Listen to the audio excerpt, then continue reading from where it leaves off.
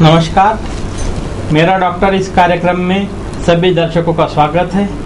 मेरा डॉक्टर इस कार्यक्रम में आज हम आपसे मिलवा रहे हैं अमरावती के प्रसिद्ध गायनेकोलॉजिस्ट डॉक्टर सुयोगा पानट। इन्होंने MBBS, DGO और DNB यह कोर्स किया है। इन्होंने DGO BJ medical college Poona से प्राप्त की है। DNB यह डिग्री इन्होंने जवाहरलाल हॉस्पिटल एंड भिलाई से प्राप्त की है। ये आज अमरावती में सुपर स्पेशलिटी हॉस्पिटल, जिला हॉस्पिटल के अंदर अटैच है और पिछले कई वर्षों से अपनी सेवाएं दे रहे हैं। तो इस कार्यक्रम में हम डॉक्टर सुयोगा पानट मैडम का स्वागत करते हैं। तो डॉक्टर पानट मैडम, इस कार्यक्रम में आपका स्वागत है। धन्यवाद। और इस कार्यक्रम के तहत आप जो इतने वर्षों से अमरावती में सेवाएं दे रहे हैं और विशेष आपने एक बताया है कि शादी के पहले दूल्हा दुल्हन का चेकअप और उनकी काउंसलिंग क्या है, उन्होंने कैसे कैसे सावधानी रखना चाहिए। हर व्यक्ति जो शादी करने जा रहा है और हर लेडीज, हर महिला, हर युवती जो शादी करने जा रही है, तो इन्होंने आपस में क्या क्या चेकअप करना चाहिए, इसके बारे में जानकारी हमें डॉक्टर पानट मैडम देंगे। तो मैडम, आप ये हमें बताइए कि लग्नापूर्वी कोणती तपासणी आणि कशासाठी? देखिए, प्री मॅरिटल चेकअप यानी कि जो बोलते हैं म्हणजे लग्नापूर्वीची तपासणी। आपल्याकडे कशी संस्था आहे की लग्न हे खूप मोठा कार्यक्रम असतो। या लग्नाच्या वेळी आपण दागदागिने खरेदी करतो, नवीन कपडे खरेदी करतो, खूप उत्साहाचं वातावरण असतं। पण सगळ्यात महत्त्वाचं म्हणजे मुलगा आणि मुलगी ज्यांचं लग्न होत असतं त्यांचं प्री मॅरिटल चेकअप किंवा लग्नापूर्वीची तपासणी केल्या जात नाही। ही अजून आपल्याकडे तेवढं पॉप्युलर झालेलं नाही आहे। आपल्याकडे कुंडल्या मिळवल्या जातात, पण ही साधी काही गोष्टी असतात ज्या तपासायच्या असतात, तर त्या कुणीही तपासायला जात नाही। तर लग्नापूर्वीची तपासणी ही फार महत्त्वाची आहे। याच्यात काय फायदा आहे की मुला मुलींमध्ये जर काही दोष असतील किंवा काही आजार असतील किंवा काही अनुवंशिक आजार असतील तर ते आपल्याला लग्नाच्या आधी माहिती होतात आणि ह्यामुळे काय होतं की पुढच्या गैरसमज आपण टाळू शकतो आणि त्यामुळे मग होणारे दुष्परिणाम जे आहे वैवाहिक जीवनावर जे पुढे काही कॉम्प्लिकेशन्स होतील ते आपण आधीच टाळू शकतो। कारण की याच्यातले बरेचसे आजार जे असतात ते आयदर तुम्ही आटोक्यात आणू शकता किंवा तुम्ही त्याच्यावर उपचार करू शकता। असं काही खूप गंभीर आजार असतीलच असं नाही, त्यामुळे आपण लग्नापूर्वी काही तपासण्या करणे गरजेचे आहे। तर त्यासाठी तुम्ही तुमच्या स्त्रीरोग तज्ञांकडे जाऊन ह्या तपासण्या करू शकता आणि त्यांचं काउन्सिलिंग घेऊ शकता, म्हणजे समुपदेशन करू शकता। तर ही खूप महत्त्वाची गोष्ट आहे। तर आमचे दर्शक बघून राहिले, त्यांना तपासणी करायची आहे, हे माहिती आहे सर्वांना, तर कोणकोणती तपासणी करायची त्याबद्दल कसं माहिती? तर ह्यापूर्वी त्याचे म्हणजे काय काय गोष्टी तपासल्या जातात हे माहित होणं जरुरी आहे। तर सगळ्यात पहिले तर मुलगा आणि मुलगी हे लग्नाचे योग्य आहे की नाही ते तपासल्या जातं। दुसरं म्हणजे त्यांना कुटुंब नियोजनाची माहिती दिली जाते पूर्णपणे। त्याच्यानंतर त्यांना सेक्स संबंधी माहिती दिली जाते, जी की त्यांना पुरी माहिती असते तर ते दिलं जातं।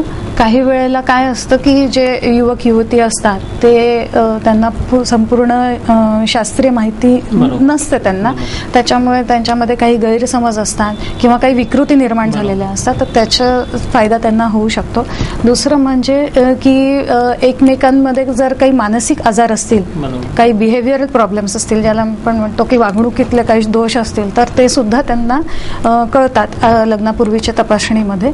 तर ह्या गोष्टींचा फायदा त्यांना आधी होऊ शकतो। किंवा काही अनट्रीटेबल आजार असतील, म्हणजे काही त्याच्यावरती उपचार न करण्यासारखे आजार जर एखाद्या पुरुष किंवा स्त्रीमध्ये असतील किंवा त्यांच्यामध्ये काही सेक्स ऑर्गन्सच्या डेफिशियन्सीज असतील किंवा काही अनुवंशिक किंवा ज्याला आपण जेनेटिक डिसऑर्डर्स म्हणतो ते जर असतील त्यांच्या फॅमिलीमध्ये, तर ते आपल्याला आधीच कळतील। तर पुढे होणारा जो अनर्थ आहे किंवा पुढे होणारे जर ह्या गोष्टी नंतर कळल्या लग्नानंतर, तर असं होतं की फसवणूक केल्यासारखं होतं आणि काही वेळेला मग कसं होतं की मुलीचा छळ केला जातो किंवा दोन फॅमिलीजमध्ये भांडाभांडी होऊ शकते आणि काही वेळेला ह्या गोष्टी घटस्फोटापर्यंत जाऊ शकतात। तर ह्या सगळ्या गोष्टी आपण आधीच हे सगळं व्यवस्थित तपासल्या गेलं तर आपण ह्या टाळू शकतो।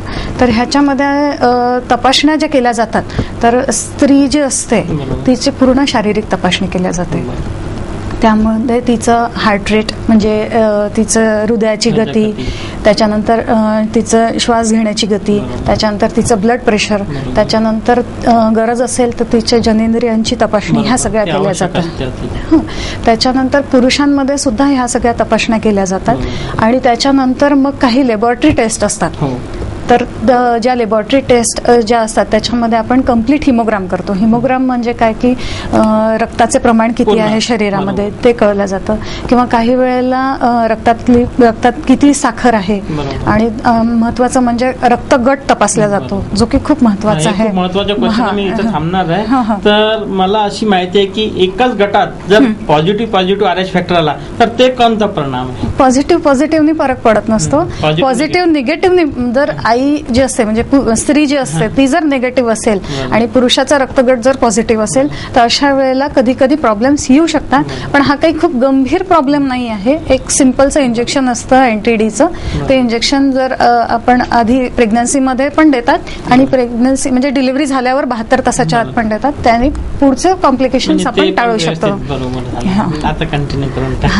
तर याच्यात अजून प्रामुख्याने HIV ची तपासणी करायला जरुरी आहे. नंतर एक हेपॅटायटिस B एक हे असतं आजार, त्याची सुद्धा तपासणी करणं गरजेचं आहे. आणि पुरुषांमध्ये सिमेन अनालिसिस म्हणजे पुरुषांच्या धातूची तपासणी ही केल्या जाऊ शकते, पण ही काही कंपल्सरी नाही आहे. जर कोणाला करायची असेल तर ते तुम्ही आधी करून घेऊ शकता. पण एक गोष्ट लक्षात ठेवायची की जर ह्या टेस्ट सगळ्या नॉर्मल आल्या, म्हणजे 90% लोकांमध्ये ह्या टेस्ट नॉर्मलच येत असतात, तर असं नाही विचार करायचा की आता आपण टेस्ट केले आहे तर आपला पैसा आणि वेळ वाया गेला, हा विचार कधीच नाही करायला पाहिजे, कारण ह्याचा आपल्याला फायदाच होणार नाही. याला आपण लग्नापूर्वीची तपासणीच्या ऐवजी फिटनेस टेस्ट म्हणून आपण डिक्लेअर केलं? नाही, फिटनेस टेस्ट म्हणून नाही. फिटनेस हा त्याच्यातला एक भाग आहे. दुसरा म्हणजे डॉक्टरांच्या काउन्सिलिंगमुळे मुलगा आणि मुलगी जी असते ज्यांचं प्रामुख्याने लग्न होणार असतं तर त्यांना एकमेकांच्या स्वभावाची ओळख सुद्धा होत असते. बरोबर. त्यांना समजा एखाद्या पुरुषाला काही मानसिक आजार असतील आणि काही म्हणजे समजा की डिप्रेशन आहे, सिव्हिअर प्रमाणाचं डिप्रेशन आहे, आणि ते त्या मुलीला नंतर ते झेपणार नसेल तर ते आधीच कळलेलं जास्ती बरं आहे. किंवा मग कुटुंब नियोजन जे करायचं आहे त्यांना, त्याच्यात संबंधी त्यांना पूर्ण माहिती मिळते की कुठल्या गर्भनिरोधक गोळ्या आहेत, गर्भनिरोधक इंजेक्शन्स आहे, कंडोम्सचा वापर आहे. तर ह्या सगळ्या गोष्टी त्यांना आधीच कळतात. शिवाय त्यांना इमर्जन्सी कॉन्ट्रासेप्शन हा एक प्रकार असतो की जो आजकाल टीव्हीवर ज्या ॲडव्हर्टाइजमेंट दाखवल्या जातात की 72 तासाच्या ज्या गोळ्या घ्यायच्या असतात त्याच्याबद्दल सुद्धा त्यांना माहिती मिळू शकते. तर हे सगळं मार्गदर्शन खूप गरजेचं आहे आणि ह्याच्यामुळे त्यांना फायदाच होणार आहे. लग्नापूर्वी जर तपासणी करतोच आपण आणि यामध्ये काही तपासण्या अगदी उलट आले तर या कंडिशन मध्ये काय होते की कोणी आत्महत्याही करू शकतात, कोणाला दुष्परिणामी होते, कोणी डिप्रेशन मध्ये जाऊ शकते. तर अशी कंडिशन मध्ये काय? नाही, अशा फार कमी कंडिशन्स आहे की ज्याच्यात खूप नकारार्थी तुम्हाला रिपोर्ट्स मिळणार आहे. मोस्ट ऑफ द टाइम्स हे रिपोर्ट्स नॉर्मल असतात. जर हे रिपोर्ट्स ॲबनॉर्मल आले तर त्याच्यात काय असू शकतं की एक तर HIV ची टेस्ट पॉझिटिव्ह असेल, त्याच्यानंतर हेपॅटायटिस B असू शकतो, किंवा रक्तदाब वाढलेला असू शकतो, किंवा मधुमेह ज्याला डायबिटीज म्हणतात असं झालेलं असू शकतं. आणि जेनेटिक आजार जे आहेत, जे अनुवंशिक आजार आहे, ते ह्या लोकांना म्हणजे ज्यांना असतो त्यांना बरेचदा हे आधीपासूनच माहिती असतं. जसं की थॅलेसेमिया आहे, सिकल सेल ॲनिमिया आहे, कुठल्या प्रकारचा हिमोफिलिया आहे, कधी कधी अजून बरेचसे आजार असतात जसं की सिस्टिक फायब्रोसिस वगैरे असे भरपूर आजार आहेत जे त्यांना आधीच माहिती असतं की आपल्याला हा आजार आहे. तर अशा वेळेला काय आहे की हे आधीच एकमेकांना सांगितलं तर जास्ती चांगलं आहे. तर ह्याच्यातले काही ट्रीट होण्यासारखे असतात, काही न ट्रीट होण्यासारखे असतात. तर असं नाही आहे की जर HIV पॉझिटिव्ह आला तर म्हणजे एकदम जीव म्हणजे खूप वेटच झाला म्हणतात, थोडासा मिसकन्सेप्ट आहे. नाही, म्हणजे कसा HIV आहे हा गंभीरच आजार आहे, कारण की कसं आहे की HIV ची लागण झाली तर तुमच्या जोडीदाराला सुद्धा ती लागण होऊ शकते आणि पुढे होणाऱ्या मुलामध्ये सुद्धा तो आजारी होऊ शकतो. त्याच्यातच एड्स हा प्रकार असा आहे की काही वर्ष HIV पॉझिटिव्ह राहिल्यानंतर एड्स नावाचा आजार होतो, ज्याच्यात शरीराची प्रतिकारशक्ती अतिशय कमी झालेली असते आणि विविध आजार होऊन मग मृत्यू होऊ शकतो, म्हणजे अवकाली मृत्यू होऊ शकतो. तर अशा वेळेला तुमच्या जोडीदाराला जर आधीच माहिती असलं की HIV आहे तर कसं आहे की अशा वेळेला लग्न न केलेलं जास्ती चांगलं, नाही तर मग पुढे त्याचे दुष्परिणाम आपल्याला दिसूनच पडतात. तर एक गोष्ट आपण व्यवस्थित समजून दिली सर्वांना की आपण लग्नापूर्वी कोणकोणती टेस्ट करायची, कोणकोणती टेस्ट कशी करायची, कोणत्या डॉक्टरचा काउन्सिलिंग करून घ्यायचा, हे सर्व माहिती झाल्यावरही अशी कंडिशन असते की कोणी कोणी आपल्या टेस्ट करण्यासाठी तयारच नसते, त्यावेळेस काय? नाही, हे बघा, डॉक्टर जास्तीत जास्त काउन्सिलिंग करू शकतो आणि त्याचे फायदे, दुष्परिणाम तर ह्याचे काहीच नाही आहे. दुष्परिणाम फारच काय की एखादी व्यक्ती असे असू शकते की जिला टेस्टमध्ये काही निघालं तर ते त्या व्यक्तीची बदनामी किंवा त्याचे दोष जगजाहीर करू शकतात. पण आपल्याला तसं करायचं नाही आहे, आपल्याला कोणाचे दोष नाही जगजाहीर करायचे. पण लग्न एक अशी गोष्ट आहे की ज्याला आपण गॅम्बल म्हणतो. म्हणजे तर अशा गॅम्बलमध्ये आपण म्हणजे डोळे बंद करून हे करण्यापेक्षा विचाराने आणि एकमेकांचे सल्ले घेऊन आणि एकमेकांशी संवाद साधून चर्चा करून जर आपण ह्या गोष्टी केल्या तर मला असं वाटतं हे पुढच्या आयुष्यासाठी खूप चांगलं राहील. अगदी बरोबर आहे. आमचं एकच विचारायचं आहे की जे नाही म्हटला तर त्यामध्ये काय त्याने लग्नापूर्वी काही संबंध केलेले असावे आणि असावे तर त्याचा काय दुष्परिणाम आणि कसं काय लोकांनी, एखादा व्यक्ती जर घाबरत असेल की त्याचे जर आधीचे काही संबंध असतील, त्याला असं वाटत असेल की माझी HIV टेस्ट पॉझिटिव्ह येईल किंवा काही, तर अशा वेळेला आपण त्याला फक्त काउन्सिलिंग करू शकतो. आपण त्याला बळजबरीने तुम्ही कोणाला काही हे करू शकत नाही, फक्त तुम्ही त्याचे फायदे आणि तोटे सांगू शकता. आणि जे लग्नापूर्वी आजकाल लोक संबंध ठेवतात त्याचे किती गंभीर परिणाम होऊ शकतात हे त्यांना आपण सांगू शकतो. आणि त्यांना विविध प्रकारचे गर्भनिरोधक उपचार जे आहे त्याच्याबद्दल आपण म्हणजे माहिती देऊ शकतो की त्यांनी ऍटलिस्ट STDs ज्याला म्हणतो आपण, म्हणजे सेक्शुअली ट्रान्समिटेड डिझीजेस, ते तरी नाही होणार. म्हणजे तर एकच विचारायचं आहे की जर पुरुष जर असा करत असेल, कधी कधी युवती सुद्धा आजकाल काय आहे की फ्री माहोल आहे, आजकाल कुठेही कोणी जाऊ शकते, तर युवती सुद्धा असं करतात की मी तपासणी करणार नाही, तर त्यांना कोणता संदेश आहे की युवती लोकांनी काय लग्नापूर्वी कसं सावध राहायचं आहे, स्टडी करताना कसं राहायचं त्याबद्दल? आजकालच्या मुलींना म्हणजे वातावरणात थोडंसं फ्रीडम मिळाल्यामुळे त्यांना ह्या गोष्टींचं पुढे काय गंभीर परिणाम होतात हे त्यांना माहिती नसतं. त्यांना हे सगळं म्हणजे टाइमपास म्हणा किंवा असं कॅज्युअल ह्या सगळ्या गोष्टींना खूप कॅज्युअली घेतात, तर तसं करायला नाही पाहिजे. त्यांना आजकाल खूप मार्ग मिळालेले आहेत ज्याच्याकडून त्यांना माहिती मिळू शकते. तुम्ही तुमच्या डॉक्टरांचा सल्ला घेऊ शकता, तुम्ही बुक्स वाचू शकता, तुम्हाला इंटरनेट मिळालेलं आहे, तुम्ही इंटरनेटवर सगळी माहिती मिळवू शकता.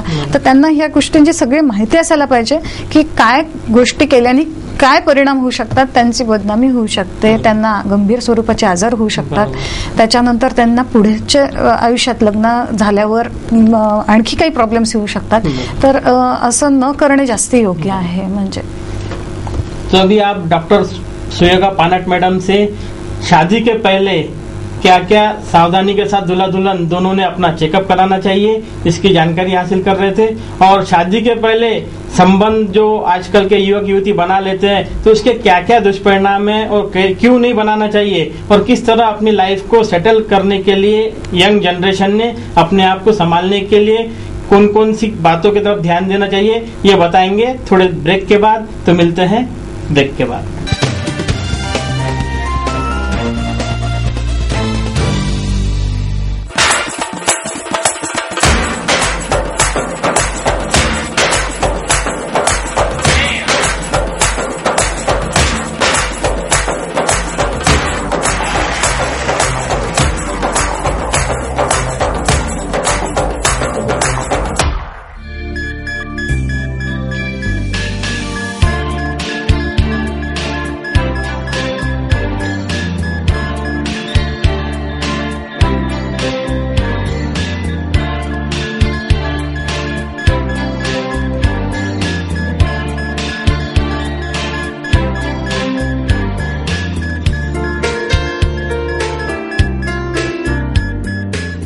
ब्रेक पे जाने के पहले आपने डॉक्टर सुयोगा पानट मैडम से दूल्हा दुल्हन के चेकअप के बारे में, शादी के पूर्व चेकअप के बारे में, क्यों करना चाहिए, कैसे करना चाहिए, इसकी जानकारी हासिल की. इससे आप सभी को काफ़ी लाभ मिला होगा.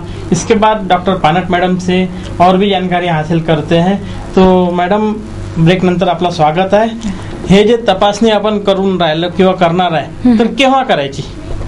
कधी करायची? अर्थातच लग्नाच्या आधी करायची. लग्नाच्या आधी म्हणजे लग्न बिलकुल अगदी जुळला नाही, तसं नाही करायचं. जनरली आपल्या इथे कसं आहे की नोकरी लागल्यावर, शिक्षण पूर्ण झाल्यावर किंवा एखादा व्यवसाय सुरू झाल्यावर आपण लग्नाचं डिसिजन घेत असतो.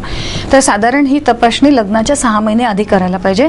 किंवा त्याच्यामुळे काय होईल की एकतर माहिती पूर्ण मिळून जाईल आणि काही दोष असले तर त्याला वेळ मिळेल म्हणजे करेक्ट करायला. त्याच्यामुळे ही लग्नाच्या साधारण 6 महिने आधी ठेवला तर लग्नाची तपासणी कोणी मग लग्नच नाही करणार. असं नाहीये. जे लग्न करायचं, ज्यांना करायचं, जो खरोखर आपल्या पार्टनर सोबत नाही, आजकालचे जे एज्युकेटेड लोक आहे ते आजकाल जातात आहे या गोष्टीसाठी.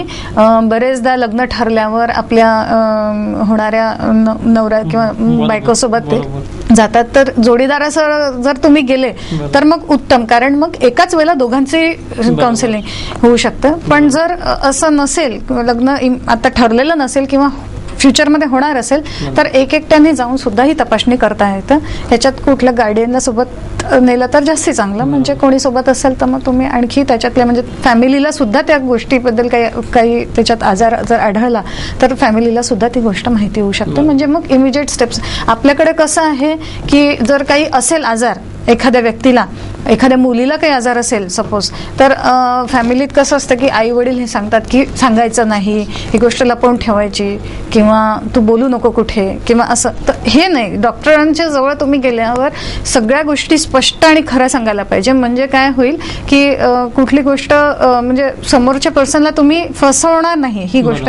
आणि जर तुम्ही तुमच्या जोडीदारासह जर गेले तर एक गोष्ट लक्षात ठेवायची की कुठलंही गुपित त्यावेळेला ठेवायचं नाही. म्हणजे मग पुढे काहीच प्रॉब्लेम होणार नाही तुमच्या आयुष्यात. म्हणजे पूर्ण सत्यते म्हणजे आणि विश्वास करायची. तर याचा मुद्दाच एक आहे की आपण लग्नापूर्वी पहिले विश्वास हासिल करून घ्यायचा, नंतर मग आपण हे तपासणीसाठी तयार करायचं. बरोबर.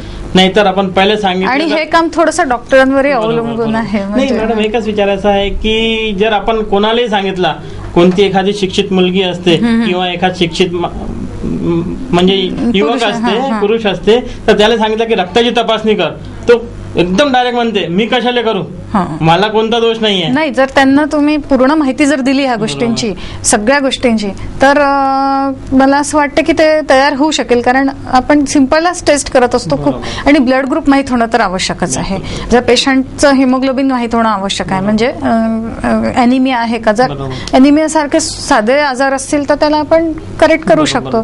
त्याच्यानंतर बीपी वाढलेलं असेल तर तुम्ही गोळ्या चालू करू शकता. पेशंटला जर डायबिटीज असेल किंवा म्हणजे मधुमेह असेल तर त्याच्या गोळ्या तुम्ही चालू करू शकता. आणि हे कसे आजार जरी असले तरी हे खूप गंभीर स्वरूपाचे नसतात, हे किरकोळ आजार असतात ज्याच्यावर तुम्ही कंट्रोल करू शकता.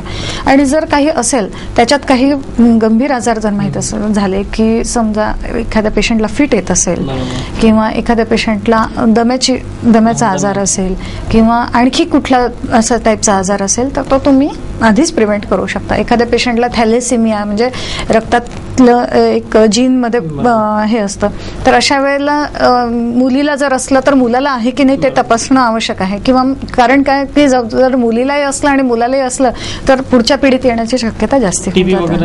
टीबीचं पण खूप महत्वाचं आहे. बरेचदा टीबीची ट्रीटमेंट सुरू असते आणि पेशंट लपवतात की टीबीची ट्रीटमेंट झालेली असते. कधी आधी काही ऑपरेशन झालेले असतात, पेशंटचे आतडीचे ऑपरेशन झालेले असतात, अंडकोशाचे ऑपरेशन झालेले असतात किंवा मासिक पाळीचे आजार असतात. तर ते ह्या गोष्टी लपवल्या जातात आणि मग ते लग्नानंतर जेव्हा जास्ती प्रमाणात होतात तेव्हा ते माहीत होतात आणि मग तेव्हा मग दोन फॅमिलीजमध्ये मग कडवटपणा तयार होऊन जातो. माझं एक विचारायचं आहे की जर टीबीचे औषधं वगैरे घेतले किंवा काहीतरी एक ट्रीटमेंट सुरू आहे डॉक्टरांची, तर त्यांना इम्पॉर्टन्सी आली नाही, इम्पॉर्टन्स नाही टीबीची, कोणत्याही कारणाने इम्पॉर्टन्स एक माणूस आहे तरी तो लग्न करून राहिला, तर त्याची ओळख कोणती? नाही, इम्पॉर्टन्सची ओळख आपण अशी नाही करू शकणार. तर ते तर पेशंटने हिस्ट्री दिली तरच माहित होतं. त्याच्यासाठी प्रॉपर तपासण्या करणं जास्त आवश्यक आहे. तर याच्यात जर काही दोष आढळल्यास तर त्यांनी लग्न करावे किंवा नाही करावे त्याबद्दल? नाही, बरेचदा हे रिपोर्ट्स तसे ठीकच असतात, त्याच्यामुळे त्यावेळेला तर होकारार्थीच आन्सर असतं. म्हणजे बरेचदा आपण असं काही आढळलं नाही तर काही नकार देण्याचं काही कारणच नाही. पण जर गंभीर स्वरूपाचे आजार जर सापडले की जर जसं सेक्स ऑर्गन्सच नाही आहे बरोबर. किंवा सेक्स ऑर्गनमध्ये खूप मेजर प्रॉब्लेम आहे किंवा गंभीर स्वरूपाचा मानसिक आजार आहे किंवा एखादा कर्करोग म्हणजे अनट्रीटेबल कॅन्सर आहे पेशंटला एड्सचा आजार आहे, बरोबर. असे जर आजार असतील तर अशा वेळी लग्न टाळलेलंच बरं असतं. म्हणजे आणि अरेंज मॅरेजमध्ये तर ते आणखी सोपं असतं. नंतर जाऊन घटस्फोट घेण्यापेक्षा आधीच तिथेच थांबलेलं बरं असतं कधी पण. त्यावेळेला मग नकारार्थी उत्तर देऊ शकतो आपण. पण अशा जर काही किरकोळ आजार असतील तर त्याच्यासाठी नकारार्थी उत्तर देण्याची गरज नाही आहे. ते तुम्हाला वेळ भरपूर मिळतो, तुम्ही ते ट्रीट करू शकता किंवा ते आटोक्यात आणू शकता. जर मॅडम त्यांना HIV पॉझिटिव्ह आलेला आहे आणि याच्यात जेंट्सचा नाहीये पण लेडीजचा आलेला आहे, तर याच्यासाठी काही किंवा दोन्ही HIV पॉझिटिव्ह निघाले तर त्याचं काय आहे? दोघंही HIV पॉझिटिव्ह असेल तर काही हरकत नाही आहे लग्न करायला. फक्त हे काय आहे की त्यांनी मूल होऊ देऊ नये बरोबर. शक्यतोवर, कारण मुलामध्ये मग जास्ती प्रमाणात चान्स आहे की HIV. आणि कसं आहे की HIV झालं म्हटल्यावर एक 10-15 वर्षांनी एड्सचा आजार होऊ शकतो, बरोबर. प्रतिकारशक्ती कमी होऊ शकते आणि मग ते कशाला म्हणजे एकच आहे की HIV दोन्ही झाले तर लग्न करू शकतात, एकाला राहिला तर नाही करायचं. हा शक्यतो कारण एकाला राहिलं तर दुसऱ्याला ते होईलच कधीतरी. तर म्हणजे दोन्ही झाले तर त्यांनी त्याच्यातही पेशंटचा पर्सनल विषयच आहे ते की करायचं की नाही. संतती उत्पत्ती नाही करायची. आणि जर एखाद्याला करायचंच असेल तर ते मग प्रॉपर गर्भनिरोधक गोळ्या किंवा गर्भनिरोधक जसं कॉन्डमनी वगैरे ह्या गोष्टी ट्रान्समिशन प्रिव्हेंट होऊ शकतं. आणि जर दोन्ही HIV पॉझिटिव्ह राहिले आणि गर्भनिरोधक मध्ये त्यांनी कॉपर्टी वगैरे असे जे नाही, शक्यतो आम्ही नाही लावत, कारण अशा वेळेला मग इन्फेक्शन PID ज्याला आपण म्हणतो ते होण्याचे जास्त यांना हे जास्त चान्सेस असतात. आणि याच्या व्यतिरिक्त अशी बिमारी झालीच नाही पाहिजे तर त्यासाठी युवक युवतीने कोणता एक असं करायचं? नाही, आता तर भरपूर गोष्टींची माहिती त्यांना मिळते आहे. पहिले तर कॅज्युअल सेक्स त्यांनी करू नये पहिली गोष्ट म्हणजे. आणि जर अशा गोष्टींचा मार्ग त्यांनी हे करत असतील तर त्याच्यासाठी प्रॉपर त्यांनी कॉन्ट्रासेप्टिव्ह ऍडवाइस डॉक्टरकडून घ्यायला पाहिजे. आपलं म्हणण्याचं आहे की लग्न अगोदर कोणत्याही प्रकारचा सेक्स करायचा नाही. जर काही कारणाने सेक्स वगैरे काही असे दुष्परिणाम तुमच्यावर आले आहे तर त्याबद्दल डॉक्टरांची सल्ला घेऊन घ्यायची, हे मॅडम आपला बोलणं आहे. तर याच्या अगोदर एक काय आहे की आजकाल TV चॅनल खूप घाणेरडी फिल्म येऊन राहिली, याचे दुष्परिणाम होऊन राहिले युवक युवतीवर. तर त्यांना कसा काय एक संदेश पाहिजे आमच्या चॅनलच्या माध्यमातून की त्यांना काय कसं आपलं जीवन जगायचा. कोणी टाइमपास साठी करतो, कोणी 2-2, 4-4 मुली त्यांची फ्रेंड्स राहिली, असा मुलगाही असतो की 4-4, 5-5 मोबाईल असतात. तर हे मोबाईलची जे फॅशन आलेलं आहे त्याच्या कारणाने हे एड्स आणि HIV पॉझिटिव्हचे परिणाम जास्त होऊन राहिले. तर त्यांना एक संदेश पाहिजे की आपण कोणती वस्तुस्थिती, 5 मिनिटाचा समय राहिलेला आहे, समय कमी आहे आपल्याकडे, तर कोणती परिस्थितीमध्ये कसं काय जीवन जगून फ्रेंडशिप ठेवायची तर कशी ठेवायची, नाही ठेवायची, कोणते संबंध करायचे, कसे करायचे, याबद्दल थोडीशी माहिती द्या. नाही, याच्याबद्दल आपण आधी बोललेलोच आहे. फक्त एक आहे की फ्रेंडशिप ठेवू शकतात पण त्याच्यात लिमिटेशन्स असायला पाहिजे फ्रेंडशिपमध्ये. आणि महत्वाचा जो मुद्दा आहे आपला प्री मॅरिटल काउन्सिलिंगचा, तर ह्याच्यामध्ये त्यांनी आधीच डॉक्टरांशी सल्ला करायला पाहिजे आणि त्या सल्ला घेतल्यावर मग त्यांनी पुढचं जे काही त्यांचे निर्णय आहे तर ते विचारांनी करायला पाहिजे. जे काही माहिती त्यांना टेलिव्हिजन मधून किंवा इंटरनेट किंवा बुक्स मधून मिळते, आजकाल तर सगळं हेल्थ एज्युकेशन टेक्स्ट बुक्स मध्ये अवेलेबल आहे, त्याच्यामुळे त्यांना योग्य ती माहिती असतेच. पण आणखी जर काही त्यांना त्याच्याबद्दल डिटेल्स माहिती करून घ्यायची असतील तर त्यांनी डॉक्टरांकडे जाऊन पूर्ण माहिती घेतल्यावरच काही ह्या गोष्टींच्या आहारी जाऊ, म्हणजे तर खरं तर जायलाच नाही पाहिजे, या लाईन मध्ये जायचंच नाही. खरोखरच आपल्याला नीट साफसूफ ठेवायचं, बरोबर, असं अर्थ असते. तर अपन अभी आप देख रहे थे डॉक्टर सुयोगा पानक मैडम से, इनके शादी के पूर्व क्या क्या चेकअप होना चाहिए, कैसे होना चाहिए और क्यों होना चाहिए, आज को समाज को जागरूक करने हेतु डॉक्टर पानक मैडम ने सारी जानकारी दी.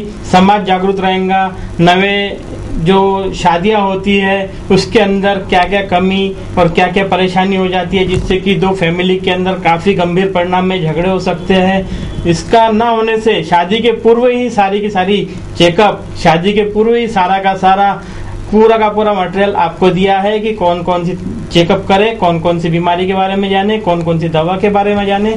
तो आपसे इन सब बातों का आपने काफी लाभ लिया होगा. तो अब हम डॉक्टर पानक मैडम को धन्यवाद देते हैं जिन्होंने अपना कीमती समय हमें दिया, और इसी के साथ ये मेरा डॉक्टर यह प्रोग्राम यहीं पर समाप्त करते हैं। और आप सब दर्शकों से निवेदन है कि आप इस प्रोग्राम में आपको क्या क्या लाभ हुआ, इस प्रोग्राम में आपके कौन कौन से प्रश्न हैं, इस प्रोग्राम के तहत आपको क्या क्या गंभीर बीमारियों के बारे में पूछना है, तो आप हमसे संपर्क कर सकते हैं। हमारा पता है सिटी चैनल कार्यालय, धनराज लाइन, अमरावती। धन्यवाद।